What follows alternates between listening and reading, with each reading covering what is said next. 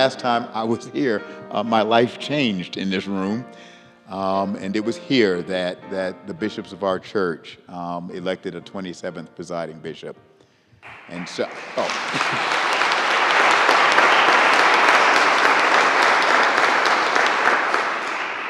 And I remember that, but also remember the graciousness and the courtesy and the deep tenderness of the way that your dean and the staff and volunteers of your cathedral made provision for us, even to the point of our lunch. And it's just remarkable hospitality. And that bespeaks the ministry and witness of this cathedral and of this diocese. And I don't need to butter you up. I'm already elected. But I want you to know that the ministry and witness of this cathedral, the ministry and the witness of the Diocese of Utah, your ecumenical work, your work on behalf of the cause of God's justice in this world, your work and labor for equality for all of God's children, that all of us who are equal before God, equally created in the image and likeness of God, must be equal before the law of humanity. And your witness for that is a witness for our church and for our world. So I thank you, and pray that your tribe may increase. So I say all of that to say I'm really glad to be here this morning, in case you didn't guess. And I hope you're glad to be here. If you are, turn to tell that neighbor next to you, I'm glad to be here. Just tell them. It is good to be here. Okay, your bishop wants you to do evangelism. You just did it. You told somebody something good, and they said Episcopalians couldn't do it. It is good to be here. Allow me, if you will, to offer a word from the gospel that you just heard. It's the story of the raising of Lazarus from the 11th chapter, and this is just a quick excerpt from that whole reading. When Mary came to Jesus and saw him, she knelt at his feet, for her brother Lazarus was dead. And she cried out to him, "Lord, if you had been here, my brother would not have died." But when Jesus saw her weeping, and the Jews who came with her also weeping, he was greatly disturbed in spirit and deeply moved.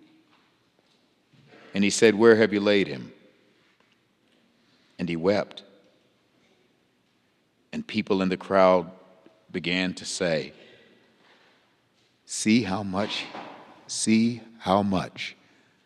he loved him. See how much he loved him." You know the old spiritual that says, if you cannot preach like Peter and you cannot pray like Paul, you just tell the love of Jesus, how he died to save us all. There is a balm in Gilead to make the wounded whole. Oh, there is a balm in Gilead to heal the sin-sick soul. See how much he loved him. I've been preaching according to the records of the church pension fund, or been a priest, 37 plus years. That's what the last statement said.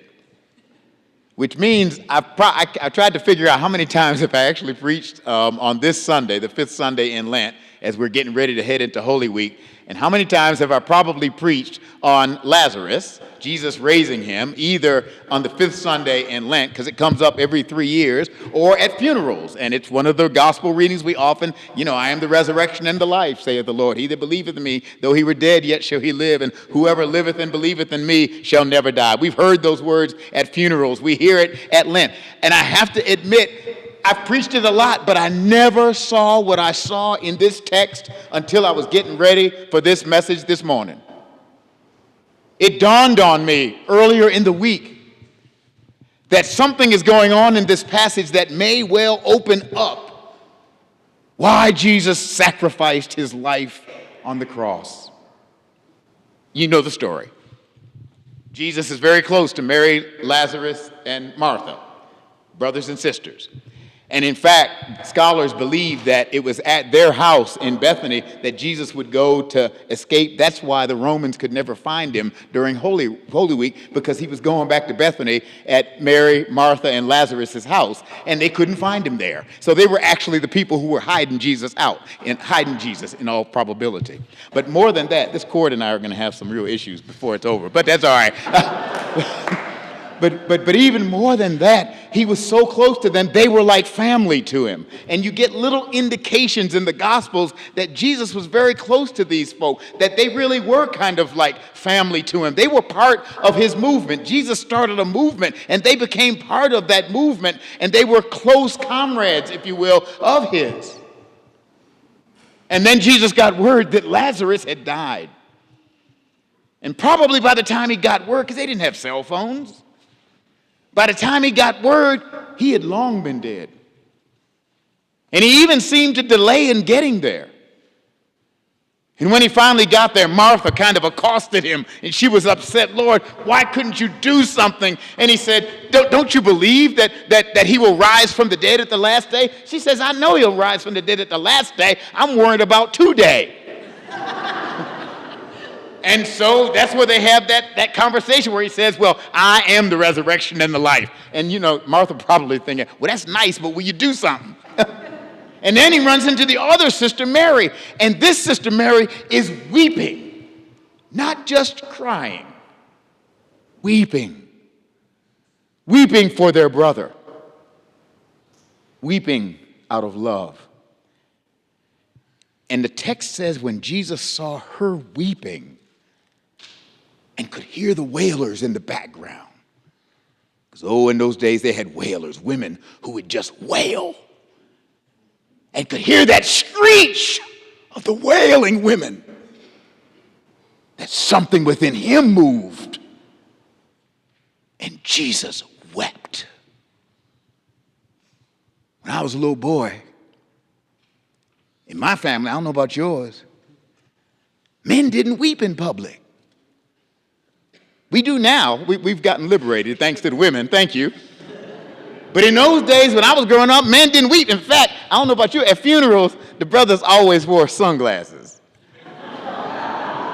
That's right. That's how they covered it up so that, real men don't cry. That's a lot of nonsense, and fortunately we're getting over it. But in biblical days, men didn't typically cry and weep in public unless it was so massive, so incredible. Then, of course, social convention allowed it. But Jesus wept. And people noticed that he wept. And when they saw him weeping, they said, oh my God. See how much he loved him. And if you look at the story, it's at that point when they name his love for Lazarus that Jesus pivots and moves right to the tomb with a determination. And he goes to the tomb, and there he commands them to roll the stone back. And one of the sisters says, no, the stench of death is upon us. Roll the stone back. And they roll the stone back.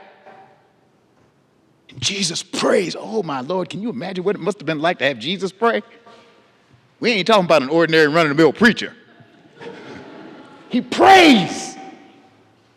And when he stops praying, he speaks with that voice that sounds like the voice in Genesis in creation that commanded the earth to come forth. And he speaks and says, Lazarus, come forth.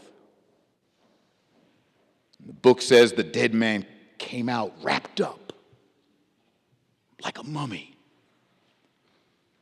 And then Jesus spoke again. Now unbind him. Loose him, as the King James Version says. Unbind him and let him go. Now stay with me. I'm coming to a point. I want you to notice the trajectory within the text. It is at the point when they recognize that Jesus was weeping out of love As our prayer book says, grief is not unchristian. Read one of the rubrics in the prayer book says grief is not unchristian. In fact, it is the love we have for our loved ones that moves us to weep and grieve and mourn their loss. He wept because of love. And notice, it is that love that moved him to go to the tomb and to raise Lazarus up. Love lifted Lazarus up. Love then set Lazarus free for life. Oh, stay with me. I'm coming. I'm about to give you something Dr. Phil would charge you commercials for. Love has the power to liberate us for real life, unlike nothing else. That's what they got. If you cannot preach like Peter and you cannot pray like Paul, just tell the love of Jesus, how he died to save us all. There really is a balm in Gilead to make the wounded whole. There really is a balm in Gilead to heal the sin-sick soul. Love. Now let me unpack this just a little bit more, and then I'm going to sit down because we got Eucharist to do. But the truth is, on a historical level, let me say it this way first. On a historical level, Jesus was executed. He was killed by an unholy alliance of unenlightened self-interest, of human selfishness. That's what got him. You can see it in politics, you can see it in economics, and you can see it in religion. In religion, it's represented by the high priestly establishment of the Jerusalem temple establishment. Their vested interest conflicted with what he was talking about, and out of their vested self-interest, they conspired to get rid of him. Unenlightened self-interest, otherwise known as selfishness. And then the economic establishment, represented by King Herod. Remember one of the trials? They send Jesus to Herod. Well, the reason is there were a group of people called Herodians in that time who were part of they were the business folk of the time, and they worked with the Romans in collaboration. They were Jewish, but they worked with the Romans in collaboration, and somehow this Jesus was messing up their economic interest. And so they conspired to do him in. But the big kahuna is Pontius Pilate. Pontius Pilate represented the empire of Rome.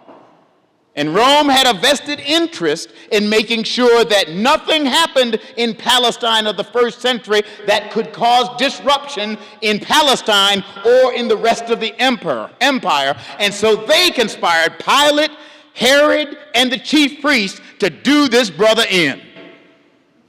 Jesus was killed by an unholy political, economic, and religious. That's a lethal combination. Religion, politics, and economics.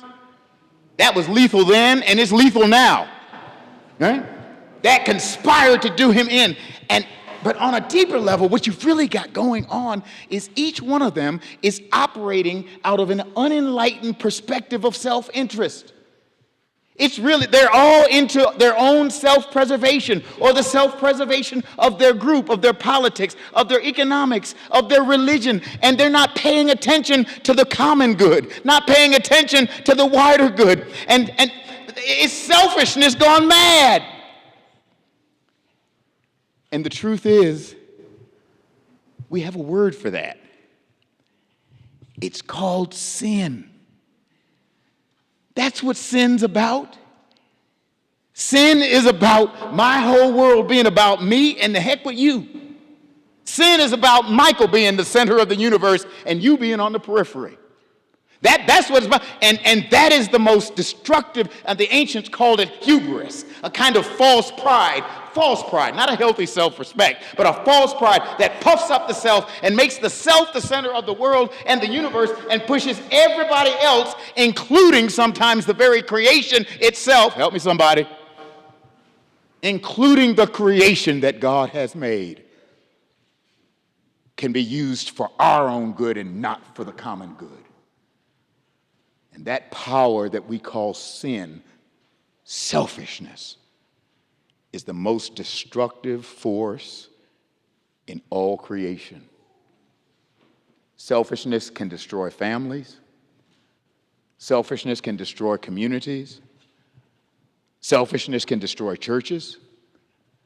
Selfishness can destroy nations. Selfishness could destroy the world. Selfishness could destroy the very creation that we live in. We're talking about some serious stuff here. But Jesus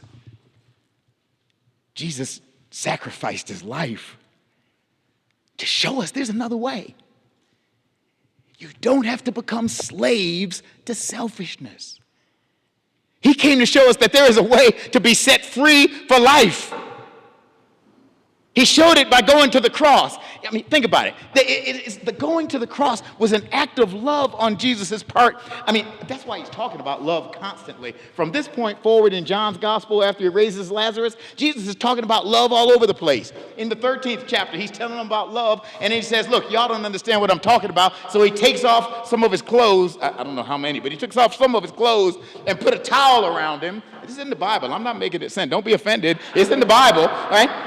Put a towel around his waist and knelt down and washed the feet of his disciples. He said, this is what love looks like. It serves the other. It goes beyond one's own self-interest. He then goes on and says, and this is at the Last Supper that he says all this stuff. John chapter 13 through 17. He says, a new commandment I give you, that you love one another.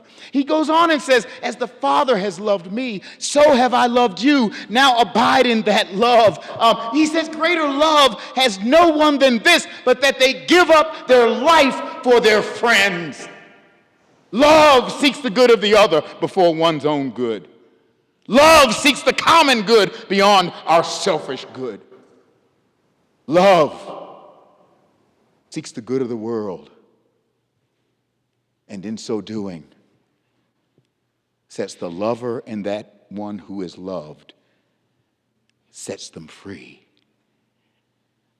Just like Jesus, weeping, moved by love, setting Lazarus free for life.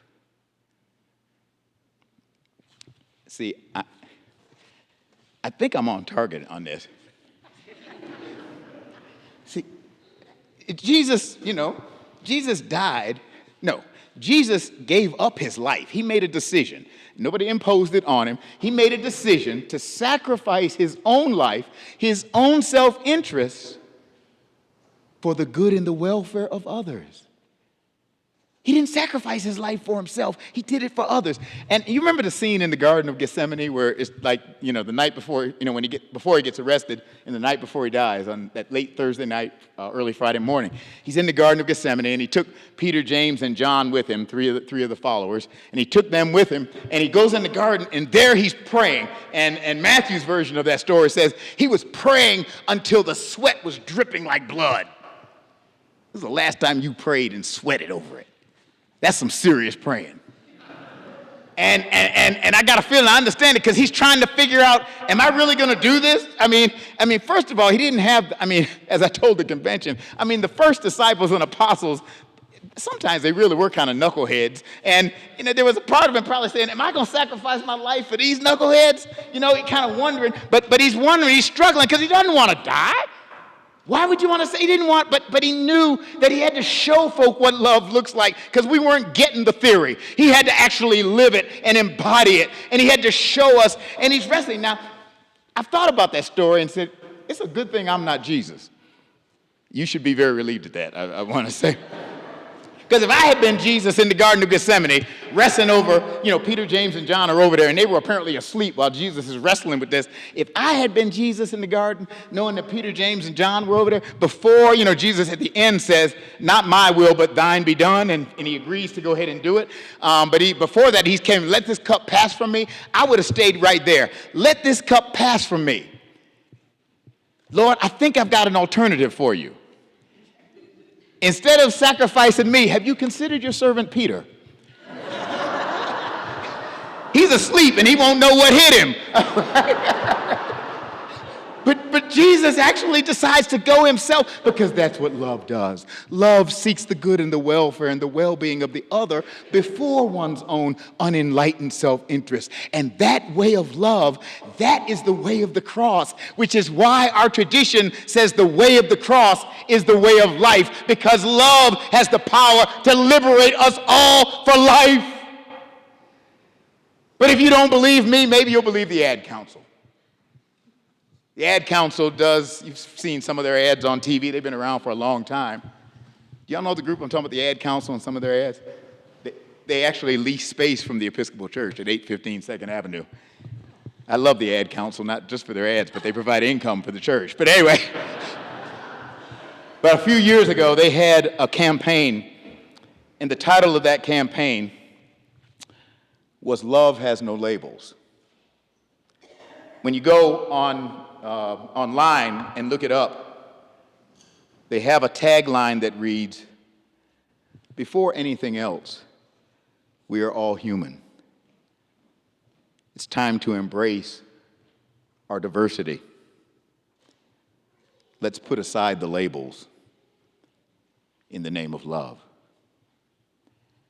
And then the commercial talked about putting aside labels and how love can actually do that. There's a crowd gathered before a large screen.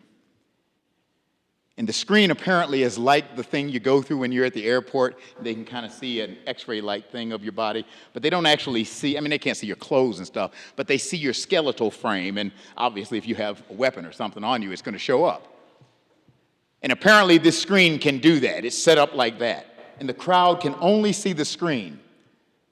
And behind the screen appear two people. And you don't know who they are. All you can see are two skeletons.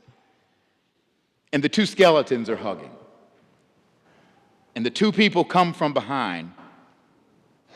And the first couple was a same-sex couple. But when you saw them hugging behind the screen, all you saw was two people. The next couple, two more people behind the screen, you just see the skeletal frames, and then they come back, and they're an interracial couple. But all you saw before was love. Two people hugging. And then the third one comes, there's a whole series of them. The third one comes, and they're two people, and they come from behind, and clearly they are two people from two religious traditions. One obviously a Muslim, one probably Jewish. But when you just saw their love, that's all you saw. And then another couple comes back. And when they come out, one of them is abled one way and another one is differently abled. But when you saw their love, that's all you saw. I was waiting for a couple to come out, just sort of whatever an average couple looks like today, representing a Democrat and Republican, but I didn't actually see that one. But I dare say love could make that work. I'm getting to a point now. And maybe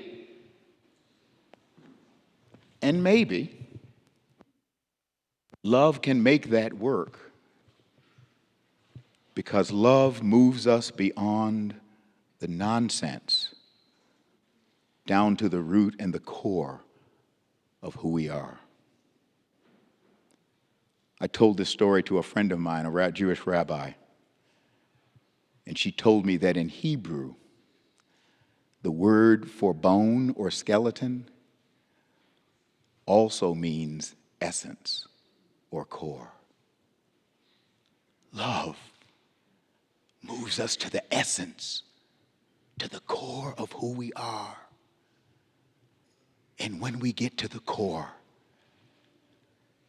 we're freed for life. Imagine Congress. Imagine Congress if love was the law by which they did their business. Huh? Oh, we'd have something then, wouldn't we? Oh, imagine your corporate boardrooms.